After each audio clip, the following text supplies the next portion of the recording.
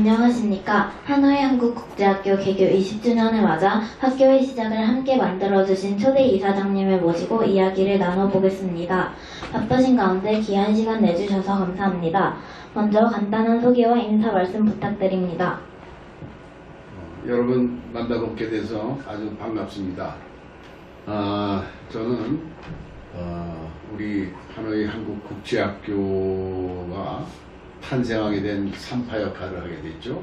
당시에 초대 이사장을 2005년도부터 2011년도까지 15년도 약 10년간 했습니다. 요즘에 이사장님들은 2년씩 해서 2번, 4년 임기를 마치는데 당시에는 설립을 하고 이렇게 학교가 안정되고 하는 이 과정에 시간이 길기 때문에 오랫동안 이사장직을 수행했습니다. 저는 원래 여러분 잘 기억이 안 되겠지만 그 대기업, 당시에는 대기업이었던 그 대우 그룹에서 이쪽 현재 자동차 공장 사장을 맡아서 1999년도에 여기 들어왔습니다. 그래서 우리가 2004년도에 학교를 이제 하자는 그런 공청회가 시작되고 할 때에 저는 이제 2010년까지 GM 대우 자동차의 대표로 근무를 하다가 나와서 지금은 세인 IND라고 국제금융을 하면서 베트남이나 한국 기업들에게 필요한 그 사업 건설 내지는 프로젝트 파이낸싱, 그러니까 금융, 국제금융을 하고 있습니다. 그리고 지금 중요한 거는 이제 그동안에 이제 한국 교민사회를 위해서 우리 교민사회는 한인회라는 게 있어요. 한인회의 회장을 내가 역임을 했고 또 기업들끼리 이게 모여서 여러 가지 권익을 다지만은 포창, 그러니까 한국 상공회의소라는 데가 있습니다. 거기서도 회장을 맡아서 4년간 봉사를 했고, 그다음에 우리 통일을 위해서 조성된 전 세계의 우리 한국 민주 통일자문회의라는 게 있어요. 통일자문회의에 아시아 지역의 서남아시아 5개국의 회장을 또 맡아서 통일에 대한 그런 영원과 활동을 많이 우리가 했고, 또 지금은 이제 우리 대우 그룹이 비록 여러 가지 이유로 인해서 사업을 중단했지만 거기서 만들어낸 대학생들, 졸업생들을 1년간 교육시켜서 현장에 취업을 우리가 해주는 세계경영연구원이라는 게 있어요. 거기에 베트남에 약 한 1,500명이 배출이 됐습니다. 우리가 1년 동안 교육을 하고 이분들이 와서 현장에 취업을 해서 지금은 약 1,500명 정도 거기 베트남 세계경영연구원장을 맡아서 우리 대학생들의 취업 진출을 도와주고 있죠. 이 정도로 하겠습니다. 하노이 한국국제학교가 어느덧 개교 20주년을 맞이했습니다. 지금의 키씨가 있기까지 초창기 많은 분들의 헌신과 노력이 있었는데요. 이사장님께서 계시던 당시의 키씨는 어떤 모습이었는지 들려주실 수 있을까요? 당시에 제가 한인회장을 2002년도부터 7년도까지 5년간 했는데 그때 교민 수가 10,000명, 15,000명 정도가 됐어요. 지금은 북쪽의 하노이 한인회가 한 7만 명에서 10만 명이라고 그러는데 당시에는 상당히 인원수가 적었죠. 그 당시에 있었던 데는 주말 학교가 있었어요. 그래서 주말 학교가 주로 이제 국어나 이런 산수라고 그래야 되나 수학이라 해야 되나, 그러니까 그 정도 과목만 가리키고 다른 특별한 교육 프로그램이 없었죠. 다만 이제 그 가리키는 선생님들이 전부 학부모님들이 자원봉사해가지고 가르쳤기 때문에 주로 외국인 학교에 다니는 주재원 자녀들이 많이 와서 주말에 공부하는 정도였어요. 그리고 많은 분들이 이렇게 와서 교육의 기회가 없었습니다. 그러니까 한국에서 우리가 받았던 그런 교육 기회는 해외에서는 전혀 없었고, 당시에 우리 한국 교민들이 수가 급격히 이렇게 늘어나면서 그 교육 문제가 큰 현안으로 됐죠. 당시에는 우리가 지금 같은 이런 학교라는 것은 존재하지 않았습니다.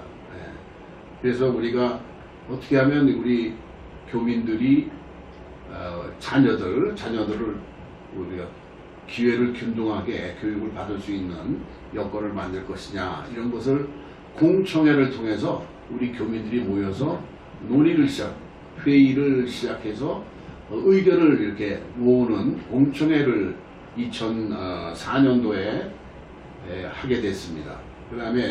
그 다음에는 대안학교라는 걸 만들어서 우리가 사과나무 학교라고 그랬어요. 그래서 대안학교를 만들어서 여기 보면은 일반 단독주택을 이렇게 빌려서 한 12명 정도 이렇게 학생들이 학교를 안 갔으니까 풀 이제 코스 전 과정을 그 선생님들이 그 자원봉사하시는 그 주부들, 그러니까 어머니들이 이렇게 와서 교육을 시작을 2004년도에 했습니다. 그 다음에 2005년도에 저희들이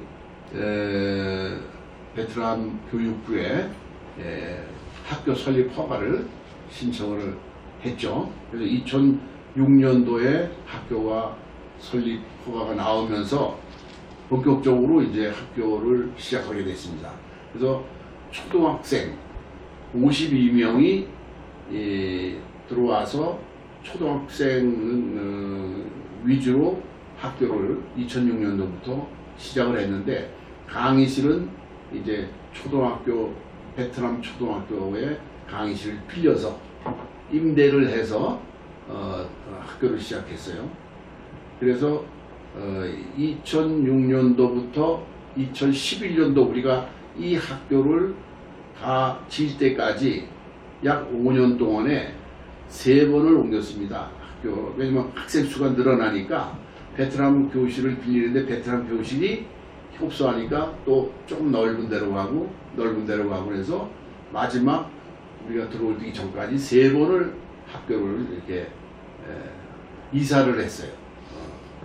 그러고 나서 이 학교에 우리가 학교를 짓고 들어오게 됐습니다. 그러니까 당시에는 소위 무에서 유를, 그러니까 아무것도 없는 데서 어떤 학교라는 그 형태를 만들어내는 굉장히 어렵고 힘든 그런 세월을 우리 교민들이 감내하면서 이 학교를 설립하게 된 겁니다. 학교를 설립하고 운영해 나가는 과정에서 다양한 일들이 있었을 것 같습니다. 그 중에서도 지금까지 가장 기억에 남는 일이나 특별한 에피소드가 있으시다면 소개 부탁드립니다. 그 학교를 설립하려면은, 그죠?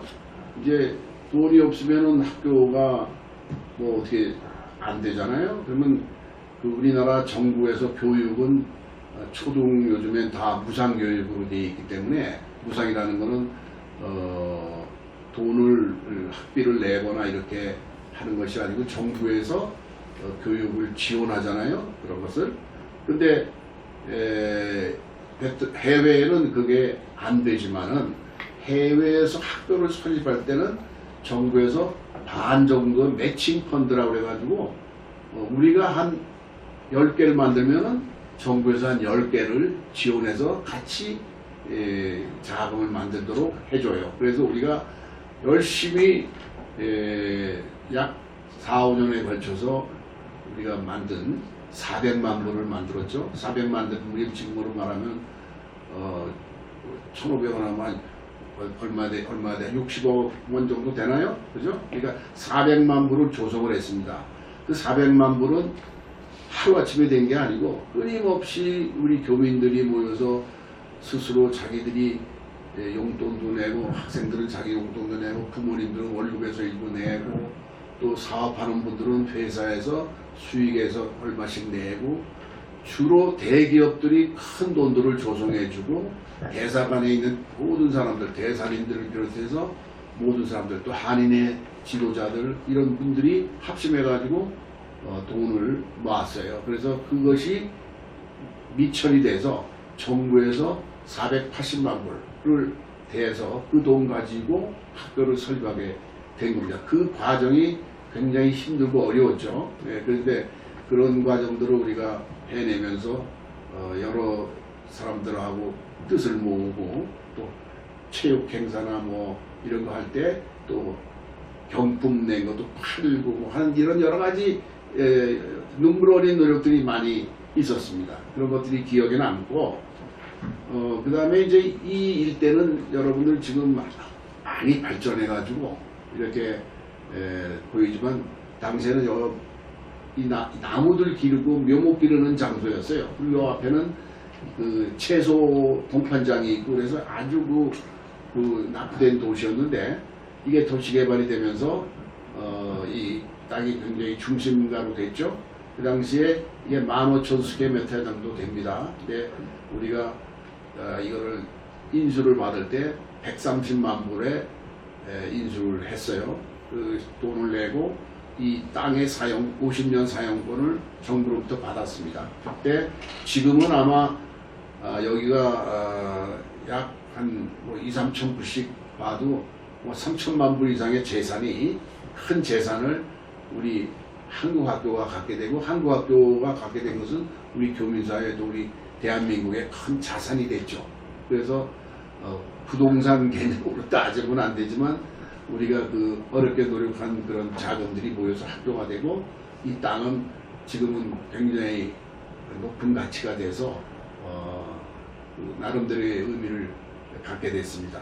그래서 기억에 남는 거는, 우리 그때 학교를 세 차례게 임대학교로 옮기면서 조금 이제 학생들 사이, 베트남 학생들하고 같이 공부를 하잖아요. 같은 건물에. 그러니까 뭐 때로는 뭐 친구도 생기고 좋았지만, 때로는 이렇게 좀 싸움도 생기고 그랬어요. 근데 이제 학생들, 베트남 학생들은 점심을 먹고 나면 반드시 자잖아요. 예? 참 우수의 시간이 있는데, 우리 그게 없어서 이제 왔다 갔다 하면 시끄러워 잠을 못 자는 거야. 그러니까 이제 학생들하고 다툼이 생기고 뭐 그런 게 생겼는데, 그래서 우리가 이제 학교하고 상의해서 이쪽에 따로 이제 출입구를 만들고, 따로 올라가는 계단도 만들고, 이렇게 해서 그런 것도 피해 나가고 했던 그런 에피소드가 기억이 나고요. 학생들, 그때 당시에 배웠던 학생들도 아마 그런 추억이 있을 거예요. 여러분같이 지금 이제 좋은 환경이 돼서 뭐 하고 싶은 거 다 하고, 뭐 또 취미 활동도 할 수 있고, 당시에 이제 그런 게 안 됐죠. 그래서 그런 것들이 이제 의미 있는 하나의 과정이었었고, 이제 무엇보다도 이제 그 당시에 지금 건물이, 여기 본관 건물이, 지금 이거는 지금 신축 건물이죠. 본관 건물이 있었는데, 그 본관 건물이 우리가 그 당시에 김익희 대사님하고 협의를 많이 했는데, 과연 학생 수가 얼마나 될 거냐 했더니, 학생 수는 이제 김익희 대사님은 한 5만 정도, 많이 돼봐야 5만 정도 될 거다. 나는 한 8만 정도는 될 거라고 예상을 하고, 우리가 이거를 한국교원연구회라는 데가 있어. 그쪽에다가 우리가 용역을 의뢰해서 설계를 했는데, 그때는 4계층으로 설계를 했는데, 아무리 생각해도 이게 작을 것 같아요. 그래서 나름대로 크게 잡아서 우리가 8만 명 이렇게 예상을 한다고 해서 4계층은 이제 밑에다 기초를 많이 만들어 가지고 5계층까지 올릴 수 있도록 설계를 그렇게 했어요. 근데 지금은 그것도 모자라서 과하게 돼서 이쪽 새로운 신축을 하게 된 일이 됐잖아요. 그 당시에는 상당히 어려운 결정이었는데, 그것도 우리 교민 수가 늘고 학생 수가 늘면서 지금은 2,300명, 400명 되죠. 당시에 뭐 그렇게 예상을 안 했던 그런 학생들 숫자 때문에 우리 학교가 이렇게 크게 이렇게 다시 신축도 하고 발전하게 된 겁니다. 그래서 그 다음에 이제 한 게 또 이제 난 기억이 아주 잊혀지지 않는 부분이 요 학교 입구 그 건물 입구 안에 학교에 그 무덤이 3개가 있었어요. 무덤. 이 괴담 얘기가 아니에요.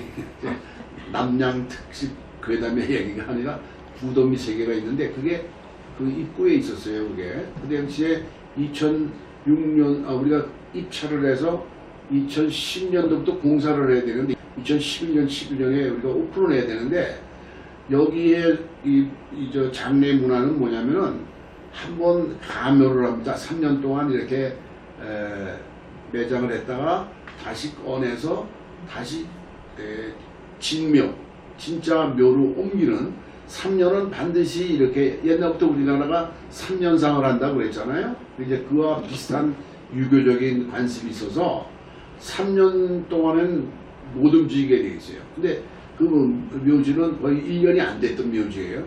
그거를 위해서 우리가 대사에도 얘기하고 뭐 당에 공안에 아무리 얘기해도 이 무덤의 뭐랄까 가족들이 전혀 동의를 안 했습니다. 근데 그 부분은 우리나라 같이 강제할 수가 없는 게 여기도 인륜이 그러니까 인륜 소위 말해서 관습 윤리적인 것 때문에 못 막았어요. 그래서 고민을 하고 한 4, 5개월을 그것 때문에 집에 찾아가서 뭐 빌기도 하고 애원도 하고 뭐 눈물도 뭐 읍소하고 뭐 이렇게 했는데 이제 생각해 낸 게 역시 이열치열이라고 열은 열로 더위는 더위로 막자 이런 게 이열치열이잖아요. 그래서 이거는 풍습으로 풀어야 되겠다 해서 무당을 동원했습니다. 무당, 무속인들을 동원했어요. 그래서 왜냐하면 그 좋은 날 이 시가 있으니까 그리고 이 사람들은 또 그걸 믿고 그래서 무당들한테 부탁을 해서 구술을 하기로 하고 그분들을 설득해서 우리가 이걸 옮기게 됐습니다. 그래서 그런 행정적으로 이렇게 안 풀리던 일들을 현지 풍속으로 이렇게 푸는 그런 일로 인해서 우리가 학교의 건설에 차질 없이 이렇게 할 수 있는 그런 일이 있었습니다. 그게 제가 제일 기억에 남는 그런 일들이죠. 이사장님께 귀씨는 어떤 의미를 가진 학교인가요? 우리 한국 학교는 지금 전 세계에서 그 학생 숫자나 규모로나 교육의 질이나 이런 걸 다방면으로 평가했을 때 세계 최고의 학교라고 생각합니다. 비록 여러분들이 뭐 수업료를 일부 내면서 일반 국제학교보다야 수업료는 상당히 적게 내면서 좋은 기회를 받고 교육의 기회를 받고 있지만 그 당시에 있었던 학생들은 굉장히 어려웠어요. 여러분들 같은 분들이 학교를 가야 되는데 학교를 못 가잖아요. 그러니까 부모님들이 단신으로 와요.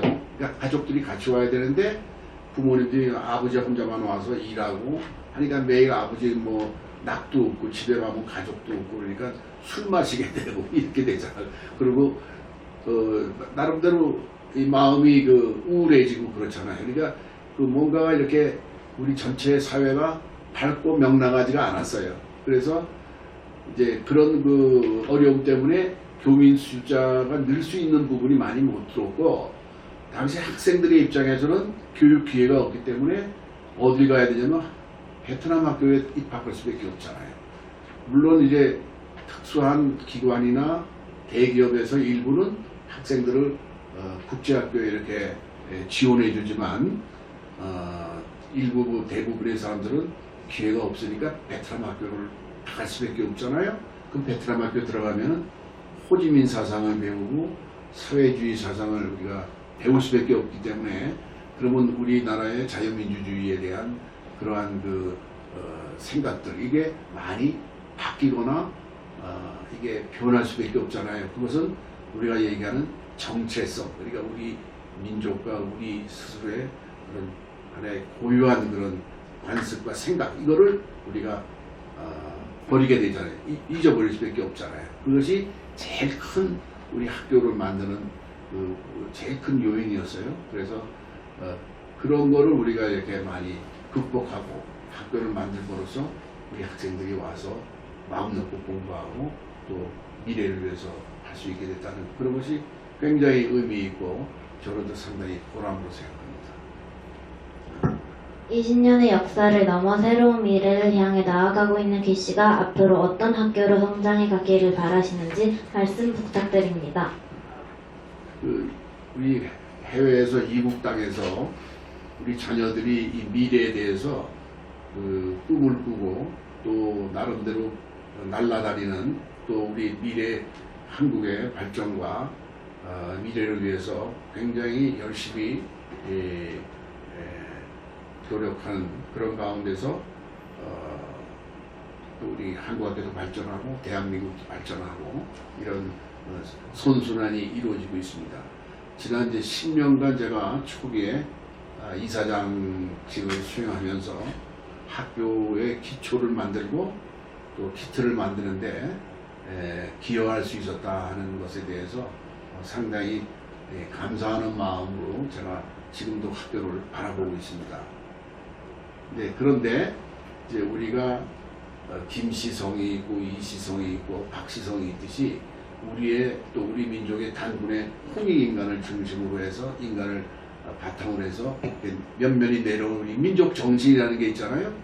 그와 마찬가지로 이 뿌리 깊은 나무는 바람에 잘 흔들리지 않고 열매를 잘 맺고 꽃도 맺습니다. 그래서 우리가 역사의식도 많이 가져야 되지만 우리 학교의 근본과 학교의 건화기념도 여러분들이 좀 이제부터는 잘 파악해서 이 건화기념들이 이제 이렇게 실천화될 수 있도록 하는 노력을 해야 되지 않느냐. 지금까지는 그런 생각을 잘 안 했던 것 같고 그런 기회도 없었어요. 그래서 지금 학교에 보면은 학교 교칙, 사명, 교명 같은 게 있죠. 근데 이제 그것은 이제 교명이고 이쪽에 우리가 말하는 미션입니다. 이쪽에. 그러나 이제 그런 것이 필요하다. 그래서 여러분들이 이제 방송반에 있기 때문에 내가 특별히 이제 그런 점을 좀 강조하고 싶은데 이제 우리나라가 해외에서 여러 가지 우리 조선 말기에 독립을 하기 전에 우리 독립투사들이 만주나 상해 이런 데서 많이 활동을 했잖아요. 그리고 당시에 1918년도에 미국의 우드로 윌슨 대통령이라는 사람이 민족 자결주의라는 것을 발표를 했어요. 그때 1차 세계대전 말기 때인데 그러면서 각 민족은 자기의 독립을 할 수 있는 그런 권한을 가지고 노력해야 한다는 그런 민족 자결주의가 있었습니다. 우리나라는 당시에 일본이 지배를 하고 있어서 우리 민족이 일제 치하에 놓여 있을 때예요. 그랬을 때에 민족 자결주의가 생기면서 일본에 있는 우리 유학생들이 독립운동을 했습니다.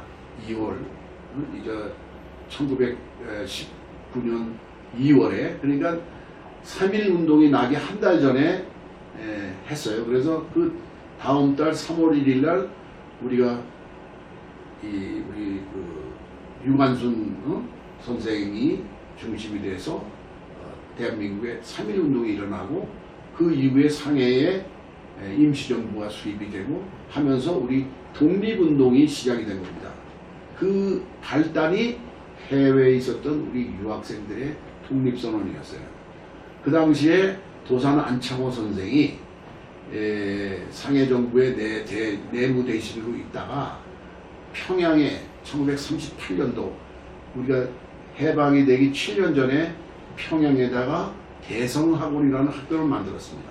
그래서 당시에 청소년들의 선진 문물을 익히게 하고 민족이 자강으로 스스로 강해지게 하기 위한 교육을 시켜야 된다 해서 도산 안창호 선생이 무실역행이라는 우리가 열심히 배우고 닦고 해서 나라에 이거를 바친다는 그런 부실역행의 정신으로 학교를 만들었습니다. 그래서 우리도 당시에 제가 학교를 만들 때 우리도 사실 그거 별로 다를 게 없다. 그 시대는 다르지만 여러분들의 부모님들이 해외 나와서 이렇게 열심히 일을 하면서 우리 국가를 위해서 열심히 하잖아요. 여러분들은 또 여기서 열심히 하면서 여러분들도 대한민국이라는 생각을 하게 되고 여러분이 열심히 배워서 앞으로 대한민국에 공헌하는 그런 인재가 돼야 되겠다 해서 사실은 부실역행이 우리 학교의 건약 이념입니다. 네, 그런 부분들이 많이 논의되지 않고 그냥 이렇게 단절된 상태에서 이렇게 지내왔다는 것에 대해 조금 아쉬운 생각이 있어서 앞으로도 이제 이런 것이 시대는 바뀌지만 그러한 정신은 변함이 없기 때문에 여러분들 학생들도 또 학교 선생님들도 또 여러 사람들이 이런 소위 건학이념, 건학 정신을 좀 이렇게 개발하고 이어나가고 해서 여러분들이 다 그런 뜻으로 내가 하나의 애국자 또 해외 비록 있지만 나도 우리 조국을 위해서 열심히 공부하는 것 자체가 애국하는 거예요. 그러니까 그런 의식을 가지고 있을 때 여러분이 더 무게 있고 책임감 있는 사람으로 성장할 것 같아요. 그래서 꼭 그 말을 내가 남기고 싶고, 두 번째는 이제 학생들이 이제 그 학교에서 이제 우리 선생님들이 생각을 많이 해줘야 할 부분이 있어요. 뭐냐면 이제는 그 디지털 경제라고 그러잖아요. 그러니까 세계적으로 이제 중국이 이렇게 미국과 이렇게 여러 가지 경쟁 속에서 세계 경제 공급망이 많이 바뀌고 소위 말해서 그 AI 시대가 도래하고 디지털 경제, 디지털 그런 얘기 들었죠? 그러니까 그 세계가 이렇게 디지털화되어 가고 있는 소위 세계의 파라다임, 여러 가지 기준이 완전히 바뀌고 있어요. 그래서 여러분도 이런 변화의 시대에 살고 있습니다. 그러니까 과거에 우리가 여기서 섬유사업하고 중경공을 해서 우리가 성장을 했지만 그런 것은 이미 베트남도 그 시대를 지났다고 판단하고 있어요. 그래서 모든 게 이런 디지털화되고 있는 이런 시대에서 그 배경은 이 소위 말해서 기초과학입니다. 물론 반도체도 훌륭하고 여러 가지 로봇 공학도 훌륭하지만 그 배경에 되어 있는 기초과학이 대한민국이 많이 뒤져져 있어요. 그러니까 일본이나 독일에 비해서 기초과학은 많이 이렇게 레이어, 기초가 약합니다. 그러니까 이런 것들이 강화돼야 더 많은 기술을 만들 수 있잖아요. 그래서 여러분들도 그런 것이 강화될 수 있는 분야에서 학생들한테 그런 교육의 기회가 많이 주어졌겠다 하는 생각을 하게 됩니다. 그 다음에 이제 여러분도 K-팝, 드라마 해가지고 패션 해가지고 지금 전 세계가 K-컬처로 지금 붐을 일으키고 있잖아요. 그런 여러분의 독창적인 그런 문화에 대한 또 예술에 대한 상상력이 있기 때문에 우리 대한민국의 사람들의 그런 특성이 있기 때문에 가능한 겁니다. 그래서 앞으로도 그것이 세계적인 어떤 문화를 이렇게 리드를 하게 되는데 해외에서는 지금 그런 거를 특별히 따로 이렇게 교육시키는 그런 프로그램이 많이 없을 거라고 봐요. 제가 볼 때는. 한국에서는 예술학교라는 게 있고 뭐 학원도 있고 대학도 있고 단과대학 뭐 여러 가지 소위 말해서 배출시킬 수 있는 교육기관이 많은데 우리는 학원도 없잖아요. 제대로 잘하는 학원조차도 주위에 없으니까 음악을 하고 싶어 하는 사람, 그림을 그리고 싶은 사람, 무용을 하고 싶은 사람, 체육을 하고 싶은 사람들이 그 재능을 발휘 못하는 경우가 많아요. 그러니까 지금 우리가 2,000명이 있으면 약 200명은 재능이 있다고 봐요. 200명 중에서 20명은 세계적인 K-컬처에 선두로 나갈 수 있는 사람들이 있다고 보거든. 근데 그런 분들이 우리가 많이 앞으로도 교육에서 특수하다고 놓을 게 아니라 특수가 이제는 대중화되는 그런 시대에 있기 때문에 그런 부분들을 교육하신 분들이 더 염두에 두고 그런 기반을 좀 만들어줘야 되겠다는 생각을 합니다. 네, 마지막으로 지금 이제 우리 다문화 학생들이 아마 한 40% 정도 되죠. 요즘 뭐 우리 있을 때는 5%, 10% 그랬어요. 처음에 시작할 때는. 근데 지금은 한 40% 이제 조금 있으면 반 넘어서 다문화 학생들하고 같이 공부를 하는데 이 같이 성장해야 되잖아요. 다문화 학생들이 아무래도 처음에 입학할 때는 여러분들하고 달라서 언어라든가 이런 것들이 많이 다를 수가 있어요. 그래서 그것 때문에 교육이 이렇게 평준 상향해야 되는데 평준 하향할 거를 많이 걱정을 하잖아요. 근데 어떻든 그분들도 그 다문화 가족도 우리의 동포예요. 같은 민족이에요. 그래서 우리가 같이 교육을 하기 위해서는 우리 교육 기관에서 이 부족한 그분들이 부족한 부분을 많이 이렇게 메꿔주는 그런 그 프로그램을 만들고 그렇게 같이 수용을 해서 다 같이 성장하고 향상할 수 있는 그런 그 플러스 교육을 해야 된다. 그런 걸 제가 꼭 강조하고 싶습니다. 마지막으로 개교 20주년을 맞은 하노이 한국국제학교와 키시 가족 여러분께 축하와 응원의 말씀 부탁드립니다. 우리 그 하노이 한국국제학교가 이제 세계적인 학교로 자리 잡고 우리가 얘기하는 명품 학교가 됐습니다. 그 명품 학교에 그 다니는 학생의 이 명품에 맞는 걸맞는 인덕체, 그러니까 인격과 그런 우리 생각과 그런 또 우리의 건강, 우리의 몸이 만들어져야 됩니다. 그래서 그런 것들은 지금 많이 제가 볼 때도 우리 한국 학교는 잘 이렇게 되고 있고 선생님들이 애를 써주고 학생들이 열심히 해서 상당히 높은 수준의 그런 수준을 가 있다고 생각해서 늘 고맙게 생각하고 특히 20주년을 맞이해서 그 짧으면 짧고 길면 길 그런 세월 속에서 우리 한국 교육이 해외에 나와서 하나의 고유한 형태로 자리를 잡는데 한국 학교가 큰 기여를 했다고 봅니다. 그래서 이런 것이 모듈화, 그러니까 표준화돼서 다른 한국 학교에도 이것이 보급이 될 수 있을 정도로 하나의 이런 모범이 되는 그런 것이 이루어진다면은 전 그 해외에 우리 교민들을 700만 명, 780만 명의 우리 교민들에게도 커다란 그 선한 그런 영향력을 행사할 수 있을 것 같습니다. 그래서 아까 제가 말씀드렸던 학교에 당부하고 싶은 얘기 몇 가지 이런 것들이 더 이렇게 가미된다면은 우리 앞으로 30년, 40년 후에 우리 하노이 한국국제학교는 아마 세계 어디 내놔도 부끄럽지 않는 또 자랑스러운 그런 학교가 될 거라고 생각합니다. 그래서 여러분들의 20주년 학교의 개교를 진정으로 축하하고 마음속 깊이 응원합니다. 감사합니다. 오늘 소중한 이야기 들려주셔서 진심으로 감사드립니다. 지난 20년의 발자취를 바탕으로 하노이 한국국제학교가 앞으로도 더욱 빛나는 미래를 만들어가기를 응원하겠습니다.